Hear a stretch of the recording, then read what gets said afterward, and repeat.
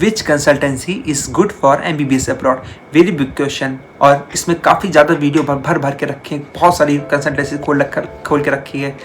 और अगर आप यहाँ पे कोई एक नेम ढूंढने आए तो आपको कोई एक नेम, मैं किसी भी कंसल्टेंसी का नाम नहीं लेने वाला हूँ कि ये अच्छी, ये आपको डिसाइड करना पड़ेगा। मैं कुछ ऐसी चीज़ आपको बताऊंगा, अगर वो कंसल्टेंसी वो चीज़ नहीं कर रही है और कुछ चीज़ें मैं आपको बताऊंगा वो चीज़ें कर रही है, तो वो आपके लिए अच्छी हो सकती है। और ज़रूरी नहीं है कि अगर वो कंसल्टेंसी आप किसी और के लिए अच्छी है वो आपके लिए भी अच्छी हो। So my name is Vishwas Gaur, I am second year ultra state medical university. So let's begin the video. एक अच्छी कंसल्टेंसी एक बड़े ऑफिस, बड़ा इंफ्रास्ट्रक्चर, बड़े यूट्यूब वीडियोस, उससे नहीं बनती है। एक अच्छी कंसल्टेंसी बनती है अपनी ऑनेस्टी से, वो अपने क्लाइंट को सर्विस कैसे दे रही है उससे। और हम कुछ पॉइंट्स की बात करने वाले हैं उनसे। सो आते हैं अपने फर्स्ट पॉइंट पे, ट्रांसपेरेंसी।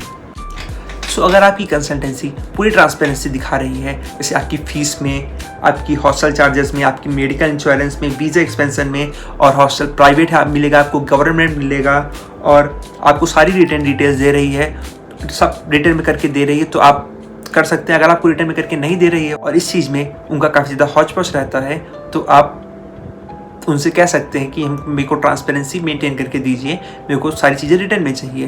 क्योंकि आप ऐसा ना हो वहाँ पे रशिया पहुँचें, आपकी इससे प्रोमिसेस कुछ और किए गए थे और आपको वहाँ पे डिलीवर कुछ और किया जा रहा है। तो ऑन ग्राउंड आप रिपोर्ट ले सकते हैं अगर आपके पास कोई कॉन्टैक्ट्स हों। अगर नहीं है तो आप मुझसे रिपोर्ट ले सकते हैं कि आप जिस भी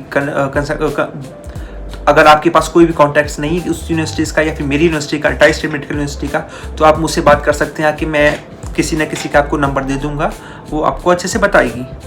and second thing, university recognisation. क्योंकि इंडिया में पहले बहुत ज़्यादा स्कैम हो रखे हैं, बहुत सारी कंसल्टेंसीज़ ने बच्चों को फिलीपींस भेज दिया था और वहाँ की फिलीपींस की डिग्री यहाँ पे अपने यहाँ वैलिड नहीं है।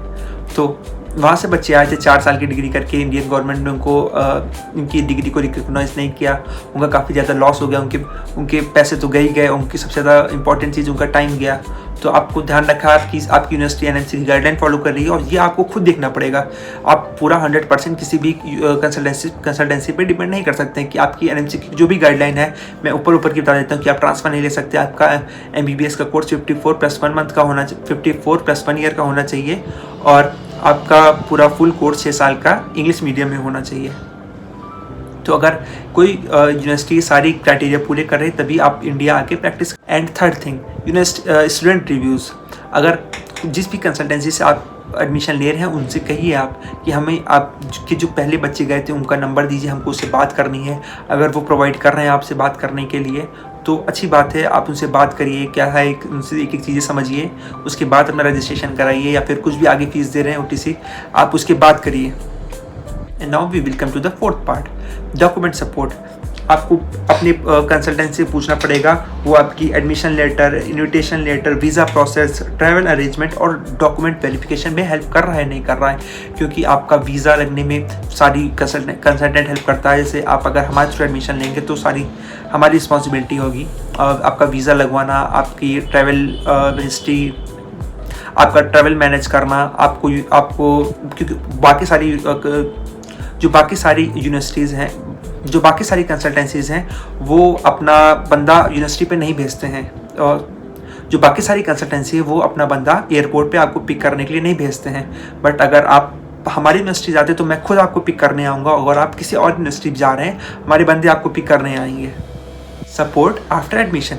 मैंने अपने ईयर में देखा है कि बहुत सारे बच्चों की यूनिवर्सिटी थी महाराष्ट्र की, मेरे ही नेम की थी, मैं उसका नाम नहीं लेना चाहूँगा, मेरा ही शॉर्ट फॉर्म कर दो, वही नियम था कि वो बच्चे आए थे और उन्होंने कब वहाँ पे एडमिशन लिया, फिर बाद में उस कंसल्टेंसी ने वहाँ पे उनका सपोर्ट ज़ीरो कर दिया बिल्कुल। उनसे वो कॉल करते थे, उनका कॉल नहीं पिक करते थे, उस वजह से कुछ बच्चों को 10 से 15,000 रूबल वहाँ पे एक्स्ट्रा पे करने पड़ गए थे। तो आपको ध्यान रखना चाहिए, आप उनसे पूछ लीजिए आप हमें वहाँ पे पहुँचने के बाद आप हमको क्या सपोर्ट देने वाले, क्योंकि आप उनको अपना वहाँ पे सारा पैसा दे चुके हैं जो उनकी डील थी आपसे, और वहाँ पे आपको जाके छोड़ देते हैं। फिर वहाँ के जो कॉन्ट्रैक्टर होते हैं वो आपको पकड़ते हैं, वो उनको कंसल्टेंसी से कोई मतलब नहीं होता है, वो फीस आपसे लेंगे डायरेक्टली, उनसे कोई मतलब नहीं है उनका। और बहुत सारी कंसल्टेंसीज तो ऐसी भी थी जिन्होंने इंडिया में फ़ीस ले ली बच्चों से और वहाँ पे यूनिवर्सिटी में पे ही नहीं की, वहाँ पे बच्चों को पकड़ा जा रहा है। इट्स लाइक फर्स्ट ईयर में फ़ीस थी आपकी 3 से 4 लाख 5 लाख फ़ीस वहाँ पे सबमिट करनी है, तो बच्चों से वहाँ पे उन लोगों ने 12 लाख 13 लाख 14 लाख फ़ीस उठा ली इंडिया में और वहाँ पे सबमिट ही नहीं की। उन बच्चों को काफ़ी ज़्यादा प्रॉब्लम हुई थी। स्पेशली ये चीज़ें साउथ में थोड़ी सी ज़्यादा है, नॉर्थ में ऐसा कम होता है।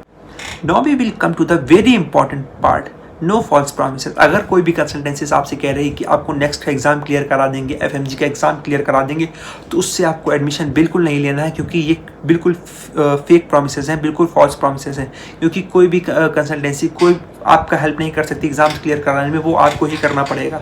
उसमें आपको ही अपना 100% देना पड़ेगा, तभी आप उसमें एग्ज़ाम क्लियर कर सकते हैं। जैसे आप नीट दे के आए हैं, कोई भी कोचिंग आपको नीट नहीं निकलवा सकती, आप कहीं भी जाके एडमिशन ले लीजिए जाके, जब तक आप खुद अपना 110% नहीं देते हैं।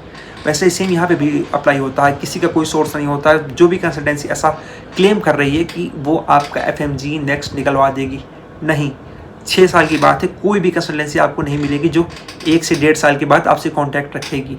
सो ये बहुत इंपॉर्टेंट चीज़ है, अपने माइंड में रखिएगा।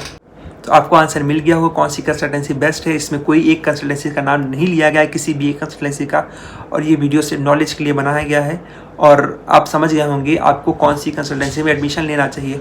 और मैं एक वीडियो ये भी बताऊंगा कि एक वीडियो में मैं भी बताऊंगा कि आप डायरेक्ट सीधा यूनिवर्सिटी में एडमिशन कैसे ले सकते हैं। और अगर आपने ये वीडियो एंड तक देखा, आप मेरे को मैसेज करिए, मैं आपको पर्सनली बताऊंगा कि आप डायरेक्ट एडमिशन कैसे ले सकते हैं यूनिवर्सिटी में, और आप अपने 2 से 2.5 लाख रुपए बचा सकते हैं INR। 2 से 2.5 लाख INR, 2 लाख और 2,50,000 INR आपकी डायरेक्ट सेव हो जाएंगे अगर आप डायरेक्ट यूनिवर्सिटी में एडमिशन ले रहे हैं, क्योंकि नो हिडन चार्जेस, वहाँ पे कोई भी आपको हिडन चार्जेस नहीं बताएंगे और ना आपसे कंसल्टेंसी फीस ली जाएगी। और अगर आपको ये वीडियो पसंद आया तो वीडियो को लाइक कर दीजिए, चैनल को सब्सक्राइब कर दीजिए और कमेंट कर दीजिएगा, और मेरा नंबर यहाँ पे दे रखा है, अगर आपको कॉन्टैक्ट करना है तो कर सकते हैं। So thank you for watching and I will see you in next video.